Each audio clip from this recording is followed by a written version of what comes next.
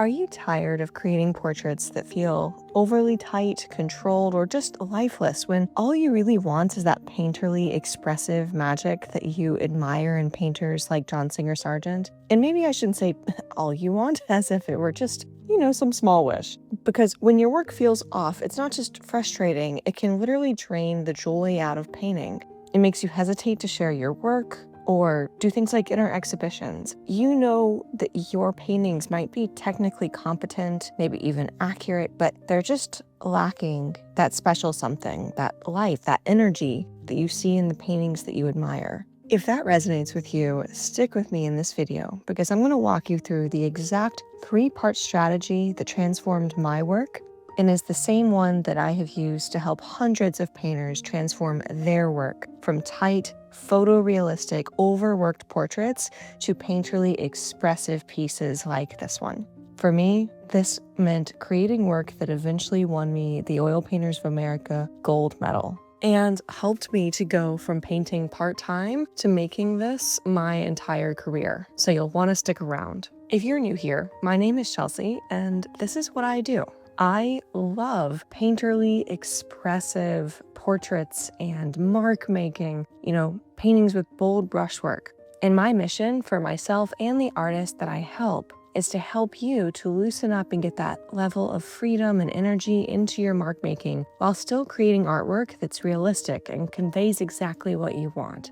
And because I know this transformation can feel overwhelming, I put together a free workbook that guides you through the entire 3-part system step by step. It includes exercises, planning templates, and everything you need to make 2026 the year you finally break free from tight, lifeless painting. The link is in the description. Go grab your copy now so you can follow along and start applying this to your own work immediately. Now, before I dive into the strategies, I need to tell you about what set me up for success with this particular painting. Because here's the thing, I didn't just sit down at my easel and hope for the best. I didn't pick a random reference photo and start, tackling it by the seat of my pants. Instead, I used a very specific 3-step system. And the reason I'm sharing this with you isn't to show you just one successful painting. It's to give you a repeatable framework that works painting after painting after painting. That's how we really set ourselves up for success in the new year and not just get like a one-off hit. Because that experience where one day you go into the studio and you're on fire and you create something amazing and you think, finally, I have had the breakthrough. Everything from here on out is going to be this good. Well, and then the next day, you go back in the studio, ready to capitalize on that success, and it feels like you've never painted before. Pretty much every painter I know has had this happen. Raise your hand if it fits for you. And I'm here to say it is completely normal, and I've learned that the reason this happens is that we just don't have a predictable framework for going from idea to finished product reliably. We leave it too much up to chance. And that's why we have this weird experience where we're on fire one day and it looks like we've never painted the next. So let me walk you through the 3 strategies that really changed everything for me around this. Strategy number 1. Get crystal clear on your big picture vision for your artwork before you even think about your next painting. Here's why this matters. Yes, you could absolutely come up with a plan for your next painting without this big picture vision, but here's the issue.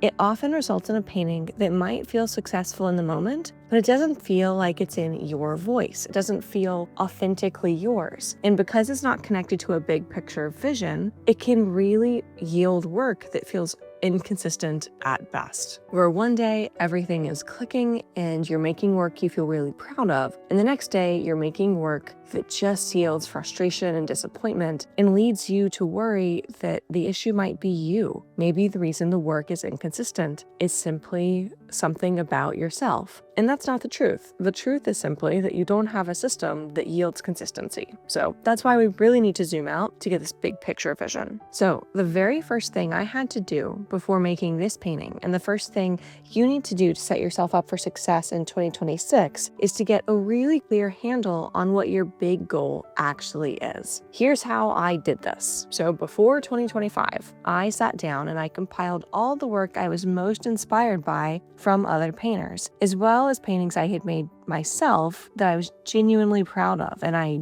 knew were on the right track. and I put all of these pieces together in one place. And then, this is the important part, I filter them down to just the top pieces, the artwork that spoke to me the most. Not the stuff that was pretty good or I guess I like that, but the ones that were like a 10 out of 10 for me. And what's really interesting is that once I filtered out everything that wasn't truly inspiring, I was left with a pretty cohesive vision. For 2025, and this is true for me beyond 2025 as well, I realized that I was drawn to pieces that had a really subdued color palette. So a lot of grays, browns, beiges, cream colors, not a ton of intense pops of, bright red or vivid blue. This was combined with really bold brushwork, so, high realism in the face, especially near the eyes, but by the time you get to the background, it becomes really abstract and fairly vignetted. And wouldn't you know it, that's exactly what the mock-up for this painting looks like.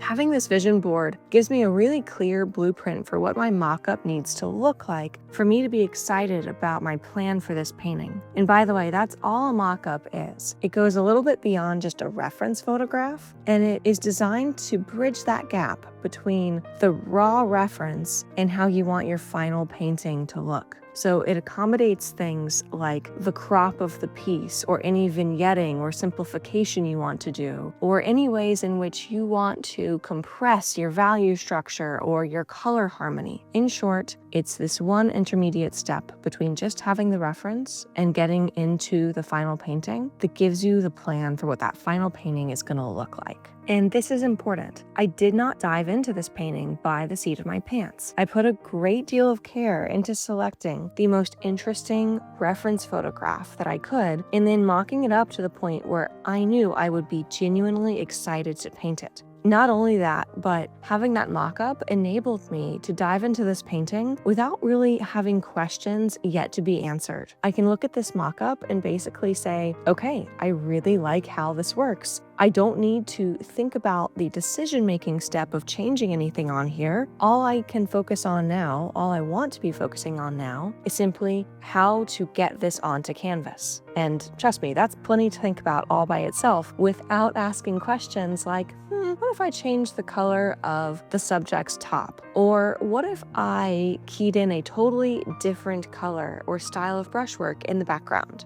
Now, using my vision board as a rubric left me with far fewer decisions to make on this front. I knew I wasn't going to keep any bright colors in the background, for instance. I knew I wanted to replace those with much more neutral colored brushwork. And I wanted to keep that brushwork something that felt interesting, something that's like a painting all by itself, like a little abstract painting in the background. Without having this framework, this clear vision of where you're going, you wind up feeling like you're on top of the world one day and a kindergartner in her first drawing class the next day. And going through this first step really allows us to bypass that. Now, let's go into strategy number 2, and that is to reverse engineer all of the painting techniques necessary to paint in the style that you're interested in. This is probably the most practical, hands-on part of the system. If you're wanting to loosen up your brushwork, you need to be familiar with the kind of bold marks that you want to make. You need to know that you can wield that brush to make those specific kinds of marks happen. Now, I'll be transparent here. This isn't something you can just do as a warm-up before your next painting. This is a zoomed out macro level strategy that you're going to be chipping away at over time. Here's what it looks like practically speaking. So go back to that vision board that you created.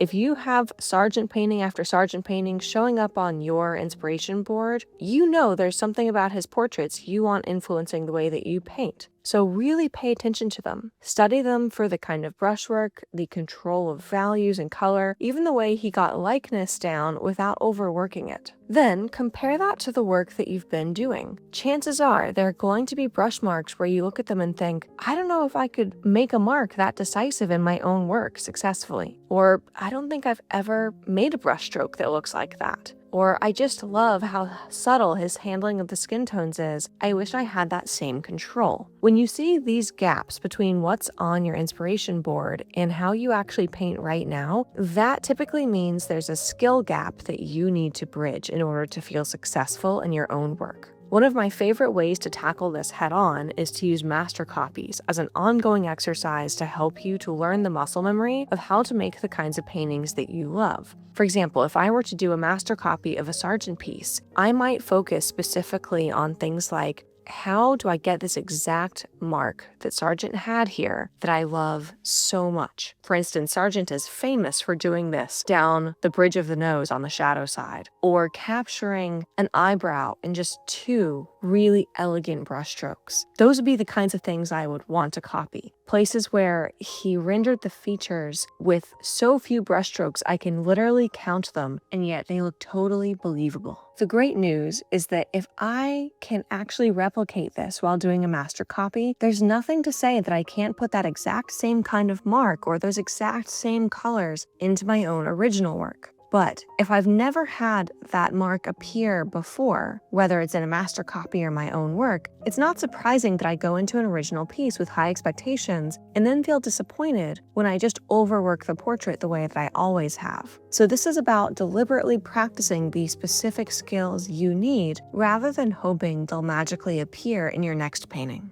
Now, let me ground all of this in the actual painting that you're watching me create, because you might be wondering, why did she start the block in that way? Or what colors is she using? What brush was that? So here's the truth. The 2 strategies that I just shared were the most important things that set me up for success in this piece. But on a practical level, once I had a really solid mock-up, what I knew I had to do was to go from areas of the piece that would be the most tricky or finicky and paint and establish those early. Specifically in this painting, the areas where the paint is transparent or translucent, so especially the background, these were the areas that I really wanted to tackle early. I wanted the background looking as solid as possible before I got sucked into the face. And I have a couple of reasons for this. The background features more transparency, and I know from the practice step that I just described that it is essential that transparent layers go down early. Similarly, these background brushstrokes, they're the ones that have a lot of energy to them. They look the most spontaneous and loose, and the last thing I want is to spend hours painstakingly rendering the face, only to go and try and paint the background later. And then when I paint it, it doesn't look loose at all, and I have to start over, except I've already put hours into this piece. I would much rather invert that. So get the really expressive brushstrokes down early and then tell myself, this looks great, you don't need to touch it anymore. And in doing so, I will have gotten the transparent marks down early, so I don't have to worry about making them look muddy or chalky, because once they're good, I can just leave them alone. This is particularly important for painters who want to work loosely, and it was actually one of the skills I had to learn how to reverse engineer for myself. I needed to make sure that the way I was handling the drawing, the block in, laying down those colors, breaking the image down into big shapes, everything from the beginning to the end felt genuinely beautiful. And I wanted to be able to almost leave the painting at any stage and have it still feel elegant and complete. Did I succeed wholeheartedly? Could you pause this video at any point and say, it looks perfect? No, of course not. But that is the guiding principle. That's what gets me excited to continue striving and continue learning and growing. Which brings me to the final piece of this puzzle, which is strategy number 3, learning to embrace and genuinely enjoy the process. I tell my students all the time, I could hand you the most effective painting exercise in the entire world. It could yield breakthrough after breakthrough. It could literally be the secret. But if it's an exercise you're only ever going to want to do once and then hopefully never have to touch it again, that exercise is practically useless. At best, it is only good, only valuable for the lessons you'll learn from doing it once.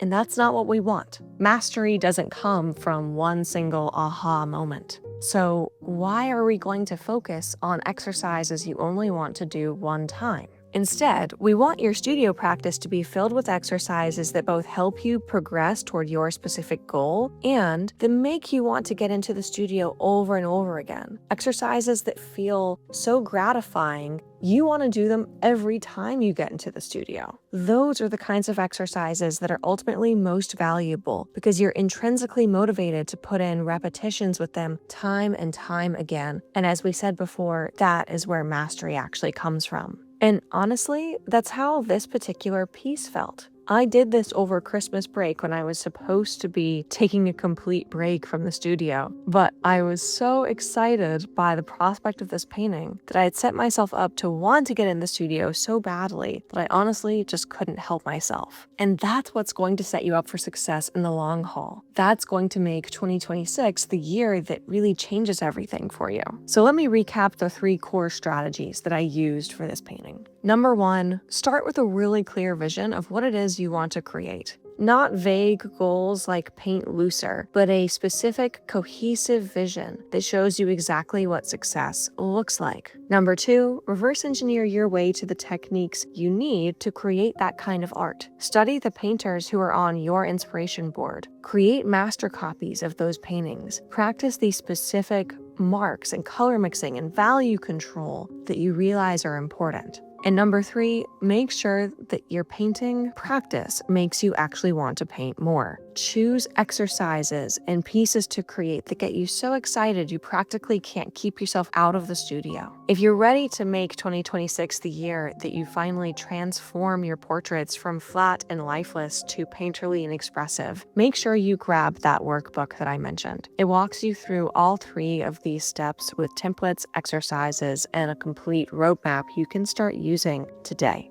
The link is in the description. Go get your copy now. It's free, and it's meant to be the perfect supplement to this video. And I want to hear from you. Which of these strategies do you struggle with the most? Do you need help clarifying your vision? Do you need help reverse engineering specific exercises to do in order to bridge skill gaps that you're running into? Or do you need to find exercises that actually excite you? Drop a comment and let me know. Your questions and sharing more about your own process just helps me to create better content, better videos for all of you. And if you're excited to dive in, but you're wondering, how the heck do I start really finding what my voice looks like? How do I know what direction I want to actually work toward in my art? You'll want to watch this video next. It walks you through step by step exactly how to figure out what your unique style looks like based on your taste and what you gravitate toward. Here's to all the great paintings you're going to make this coming year. I can't wait to see how they unfold and what breakthroughs you have. And until then, happy painting, everybody.